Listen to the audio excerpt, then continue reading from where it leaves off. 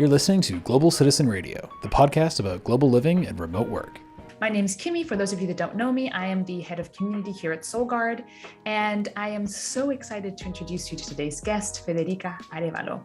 She is a Venezuelan-born, New York City-based filmmaker that has spent the last 10 years learning about how to live sustainably and live a vegan lifestyle. And now she teaches that through her platform, Verde is Better. And she's here today to talk to us about how she manages to maintain that lifestyle while she travels. I think all of us can agree that traveling makes our normal life just a little bit harder. And when you add a layer of sustainability to that, it can get complicated. It was a great conversation that we had where we talked about a variety of things, and I'm really excited for you to hear all of her tips and tricks to be sustainable even on the go. Yes. Federica, I'm so happy to have you here. I'm really excited to talk about traveling sustainably. I think it's one of those things that people really want to do. You know, you have these habits in the home and then you're like, damn, you know, how do I keep this up when I'm on the go? So first of all, before we get all of your insight, I'd love for you to tell us a little bit more about you, Verde is Better, kind of your journey, and also your sustainability journey. Like, where are you in that journey as well? Because it's a journey, it's not a destination. It is definitely a journey, for sure. I mean, I am a Venezuelan filmmaker. I live in New York. And when I was starting film, I started I didn't know how to eat. Basically, I didn't know how to cook. I didn't know anything about myself. So I gained a lot of weight and I started feeling kind of sick and unfocused. So I saw myself in one of the videos that we were recording as I don't know, like a test trial in class. And I saw myself and I looked a little overweight. I looked tired and I realized that I couldn't really focus. And I was having this amazing experience in London, studying film, which is like a huge privilege. And I wasn't taking the most out of it because I couldn't focus. Yeah. I couldn't understand the British accent just because I was just not feeding myself and fueling myself. And then I decided to learn as I was in this experience, this expansive experience in London. It's like, okay, I'm going to just try to figure out how to actually fuel my body. And it started little by little. And that's when I started my introduction to plant-based and veganism and that connection that you make to the food that you have in front of you. And that's the first thing that when I watched the documentary Food Inc., it's not a vegan documentary, but at all. But there's this, I think it's the opening when the guy says okay, so this burger that's coming to me, do you know where this meat is coming from? Do you know how much water? And then you start realizing that it's not just about your body, but it goes far beyond that. And that's when I started oh, okay, so this is bigger than my choices. Yeah. So I started a little bit more trying to adjust, not to veganism, because I never knew if I was going to actually become 100% vegan, but I started replacing a lot of my meals by plant-based meals. And when it felt comfortable and I started feeling like it was sustainable and that I actually was enjoying the food that I was having and everything tasted delicious and I was actually craving pancakes or, tacos or whatever that I was craving, I actually became vegan. And after that, and only after that, is that I started understanding more about sustainability. I come from a country where we don't even have a recycling system. It's not really it's not shown anywhere in Venezuela. So this was kind of new to me. Yeah, in London I recycled, but I didn't really understand any of it. And I thought that was oh yeah, if you recycle, you're set. That's all you have to do. Yeah. And I realized this is when you come to being more conscious about your consumption of things, it's so much more complicated than being vegan because it's so much more nuanced. And maybe something that works amazingly here in New York, when you're traveling, when you're in Venezuela, it doesn't work. Or if you're in Dominican Republic or you're in Spain, and every single place where you are, not even country, every single city that you are, it's different. So you can only adjust so much. So that's kind of where I am in my journey now, because I traveled for 2 months around Europe and then I went to the DR. And it was really eye-opening to actually get to travel with that without, mindset or like, or without the new, mindset. Yeah. that new set of skills that you have been developing? Because if I can ask you, how long ago was this that you were in London and that you started on that journey? Yeah. London was 10 years ago. Okay. Yeah. So that's, it's been a while. So it's been a process. It's definitely not like an overnight thing at all. Yeah. And that's usually how you get it to actually stick and you get it to actually work, just doing it little by little. It's not like, okay, so I'm vegan now and everything is vegan, just throw the meat away and now I'm not using plastic and you just throw away all your plastic. That's not how it works. Yeah. You have to go little by little and just adjust it to you and make it work for you. I think that when you set yourself those ambitious goals in this sustainability journey, you really set up yourself for failure. Yeah. And I think that by adding those small habits, one on top of the other over time, like you said, that's really when you can do something that really is sustainable for you. Because in the end, if you like, I personally, I'm not vegan. Do you consider yourself fully vegan now?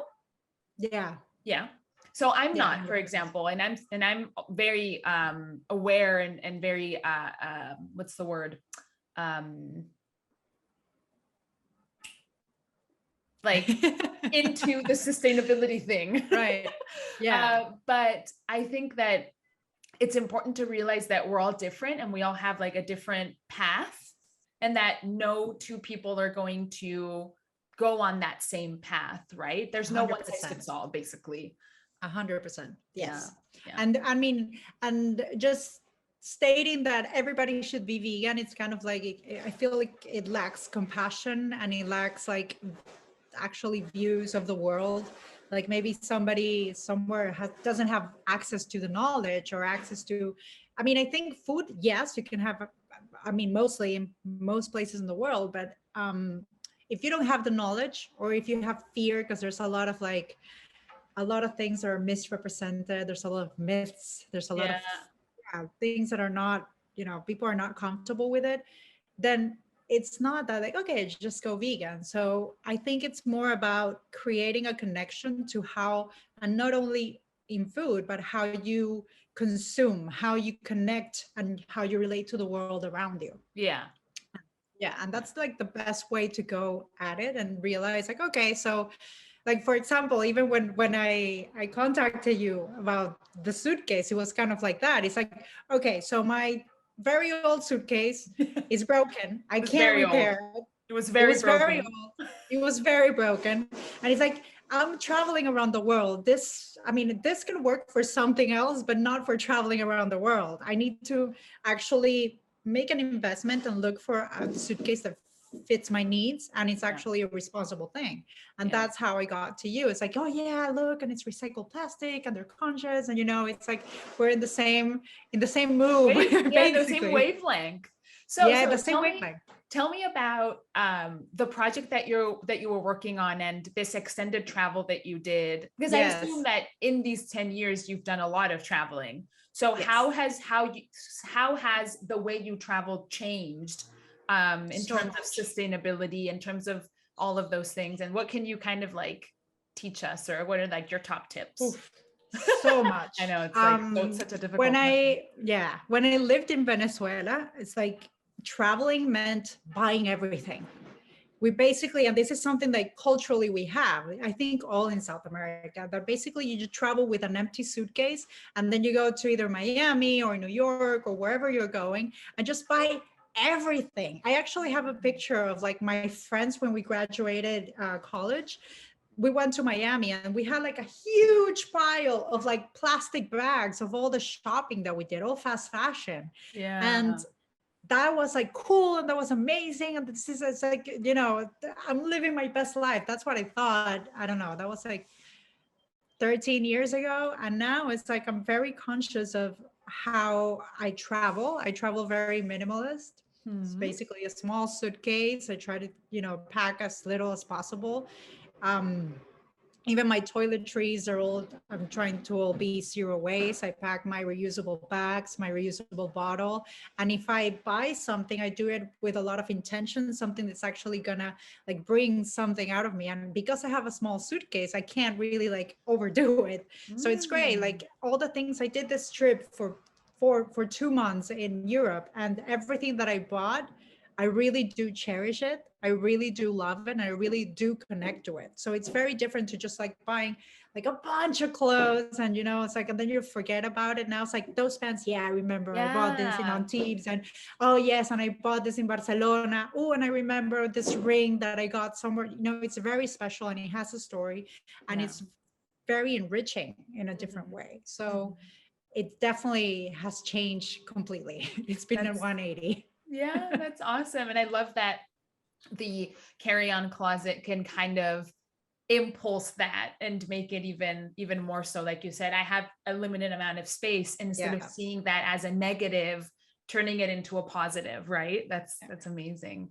Cool. Yeah. So tell us how you traveled over on that 2-month Europe trip, and how you're able to, generally when you travel, but you can also just talk specifically about that 2-month trip, how you kind of take those sustainable habits that you've been cementing in your life for the last 10 years. How do you do that when you're away from, the comforts of home, in like the broad sense of what that means, right? Like, where the bookstores are, you have like your things in your home to cook with and everything. How do you deal with that? It's definitely more challenging for sure. And especially because you don't know what to expect. You don't know if a place is sustainable or not. You don't know how to respond. New York, sorry. You don't know what to expect, really. It's like some countries are very, very sustainable and very responsible, and some are a mess. So you Yeah. kind of have to adjust to where you are and go from there. I think there's a lot of research involved, especially when I get to a place. Do you do Yes. previous research, or do you do research once you're there? I think a bit of both. Mostly, it's like I do a bit of research before, but I rather do it when I'm there and I know where the city is and I know where I'm moving. Yeah. But then you can like see, okay, so there's a zero waste store. Here's like a cool thrift store that I can go and like get really cool things. Or there's like a vegan store with like shoes and the vegan leather and all repurposed things. And if you start like researching, it's amazing. And everything, the world has changed so much. On this trip I realized that, because for example, Dominican Republic, not to mess with DR, because Venezuela is probably like way behind them even, they're not big on recycling. They're not big, that they have plastic bags everywhere still. Even though it's an island and they're trying to do something about it and create and educate and create conscious, but it's not necessarily a place where a lot of people, it's not like the main necessities in DR. Right. So I remember going there a couple of years ago, and it's like, oh my God, nobody recycles. There's nothing. And this time when I went there, first of all, there's vegan options and plant-based options pretty much everywhere.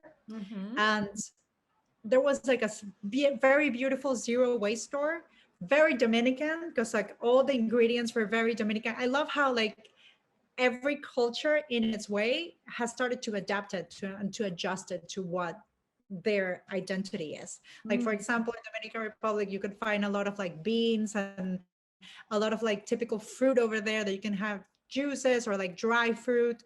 And when I was and then when I was in Italy, you would find like a lot of typical Italian, not vegan food, but the alternatives, and you can find them in the supermarkets, just like typical things like panna cotta, like for example, and you can find vegan panna in the supermarket, just like adapting and adjusting to what their needs are. Right. So the world is moving there. It's different everywhere. So you kind of have to play by ear. You have to be a little bit compassionate with yourself and forgiving, because it's not going to be perfect. It's not your routine. I mean, there's things that I don't know, you're going to be there and there's going to be food waste because you're traveling and you're going to try to, do a lot of things, but then it's impossible to be perfect anywhere, even at home. So when you're traveling, it's even harder because you don't know the culture, you don't know the place, and you just can, do research and just be prepared and hope and try for the best. Yeah, absolutely. Yeah.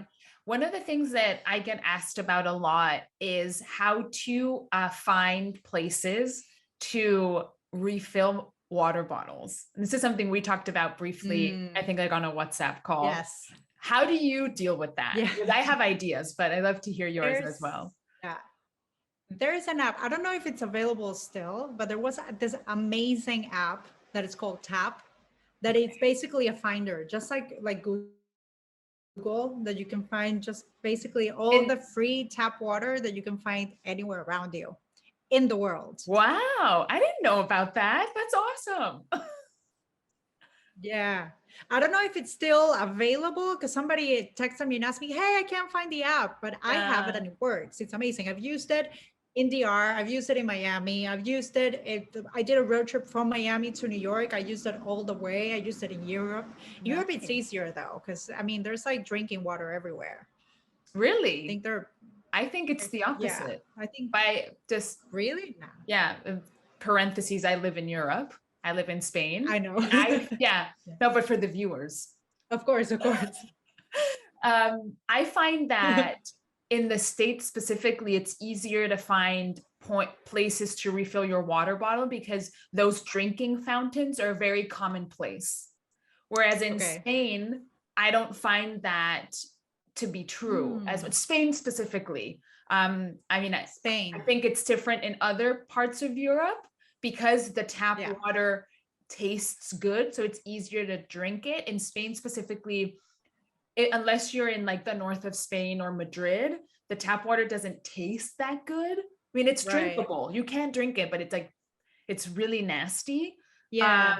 So I found that it's hard to find places to refill water bottles in Spain specifically. Interesting. Yeah, But but see, that's what I mean. Like every place is different. yeah, but that's why you need like local information, insider information. So if you're ever in Spain, Yeah. places to refill your water bottles, train stations. Train stations usually will have like those water fountains like near the bathrooms. Okay. Airports also usually have those. Then sometimes you'll find them in like parks. Well, they'll have like the water fountains as well.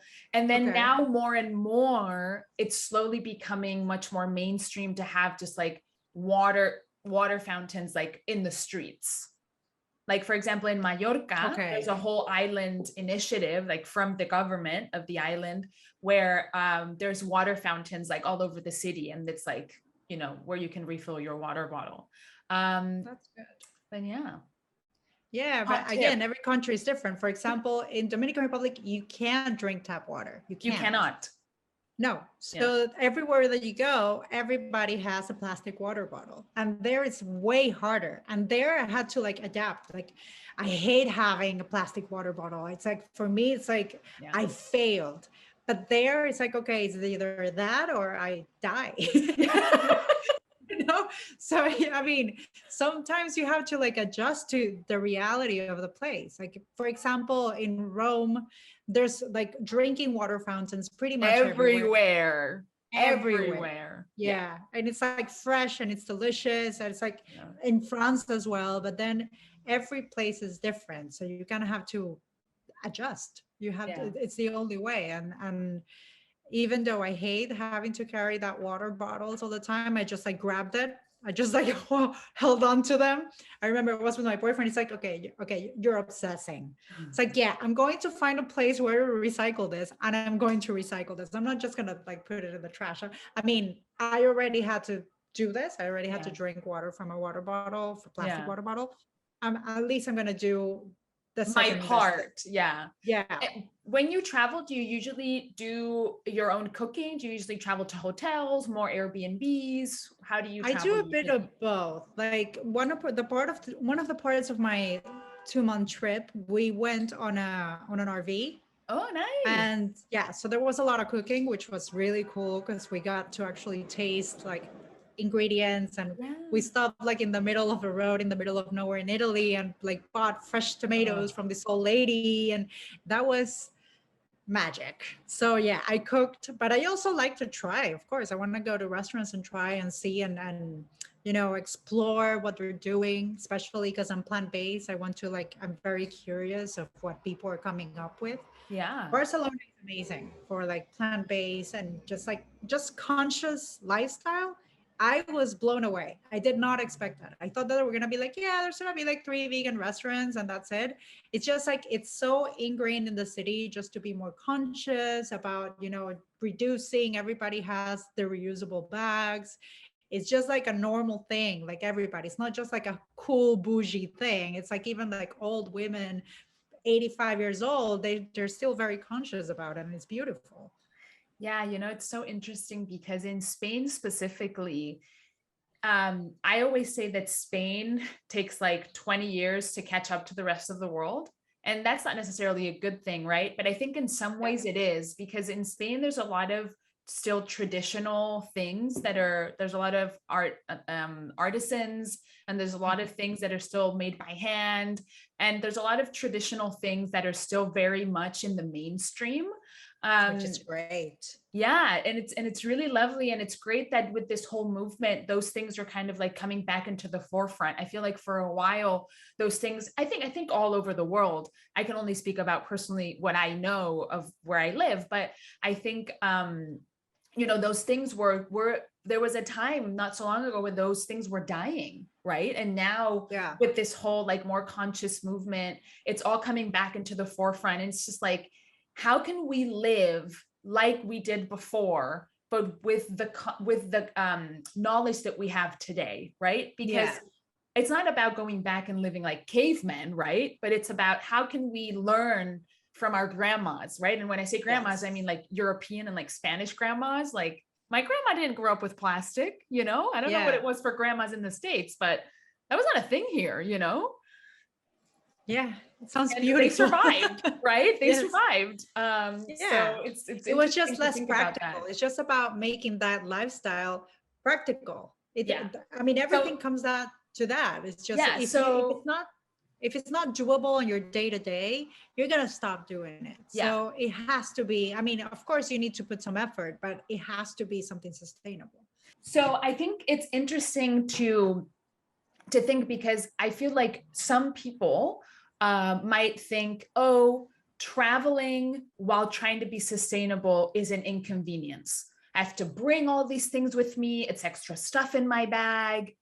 What are your thoughts, and what are your tips to make that easy when you're traveling? Like, what do you bring with you when you travel? I mean, less is more, obviously, because you can't bring your whole house with you. Basically, I just bring the standard basic things: a reusable bag and a reusable water bottle. That's like a must. That's like never fails me. And then toiletries, basically. I just bring like zero waste things that are small, like shampoo bars, conditioner bars, everything reusable, everything small, reusable Q-tips. Basically everything very tiny, so you don't have to like keep which in the end, actually, a reusable Q-tip, you're actually saving space. Exactly. Because you have one. Yes, exactly. Instead and of you don't have to keep buying.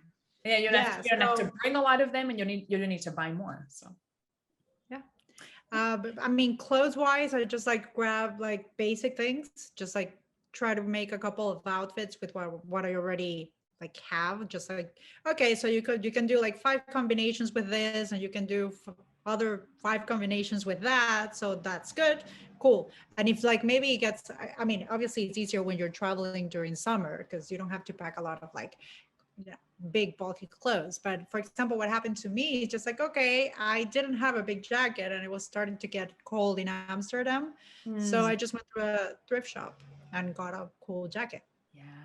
Also, it's one of the things that I love the most about the trip, my Amsterdam jacket. It's such a cool experience as well. Yeah, I mean, it all depends. I think the hardest part of it all is just traveling in general. It's still not the most sustainable activity that you can do, especially if you're traveling by plane. That's when you're like catch 2020. It's like, okay, I want to travel, I want to learn, and I want to explore what that means, but at the same time, traveling is not the most sustainable thing. So I try to reduce the amount of plane rides that I take, and I try to like take trains, or if I could rent, I don't know, I tried this, but it's kind of hard, especially in the States, like renting an electric car. Just trying to do it the most sustainable way. I like doing road trips a lot because of that. Yeah. but yeah, I basically, obviously, from New York to Spain, I can't really, it's like take a boat. It makes Yeah. something. It's unsustainable. It's not real in Yeah. our world today. Yeah. But when I get there, I try to do the most responsible thing. Obviously, take public transport and just like walk everywhere, take a bike. That kind of thing, that it reduces a little bit more of the impact that I've taken. But yeah, again, it's not perfect.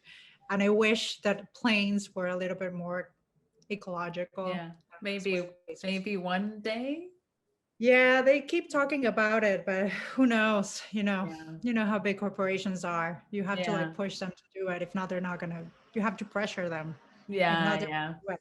We should. But that's the thing. It's so hard to, because usually the pressure comes from, oh, you're not either consuming or participating in that activity. And it is, in today's world, it's hard to fathom doing something like that, just Mhm. because it is like the way to get places, even though like obviously there are options, but yeah, it makes it complicated. Like you said, it's not really realistic to go by boat. Yeah, We're not all Greta Thunberg, you know. yeah, exactly. It's like, oh my God, yeah, I want to go by boat everywhere. Yeah, I can't afford that time Yeah, at even just sea. like, yeah, even just like time, like luxury, like the luxury of time. Yeah, exactly. So it also comes from a privileged place. And what I'm trying to do, at least, with my account and everything I'm trying to do, is kind of like explore and discover and educate not only me, but educate people through my experience. Mhm. So I try to balance those out. Let's like, at least I'm trying to communicate something that will enrich and educate people. So Yeah. that also that comes into play, but it's still, I mean, it still feels like, oh, and the whole let's offset my carbon footprint. That's I'm not I don't know, I don't like that whole concept. It feels like going to confession after you already committed the crime, and then you just go talk to a priest like, hey, so I did this. Okay, there you go. Just give a couple of prayers and you're good. So I don't know if Yeah. like the offsetting, me personally, I don't think that's something that works. Yeah. I mean, you can still do it, but it's not, the Yeah, I damage is think I done. think I think it's something definitely to be explored, and it needs to be done in a very conscious way. I think there's a place for it. I don't think it's the ultimate solution. Exactly. It's like recycling. It's like, yeah, it's something, it helps, but it's not the ultimate solution at all.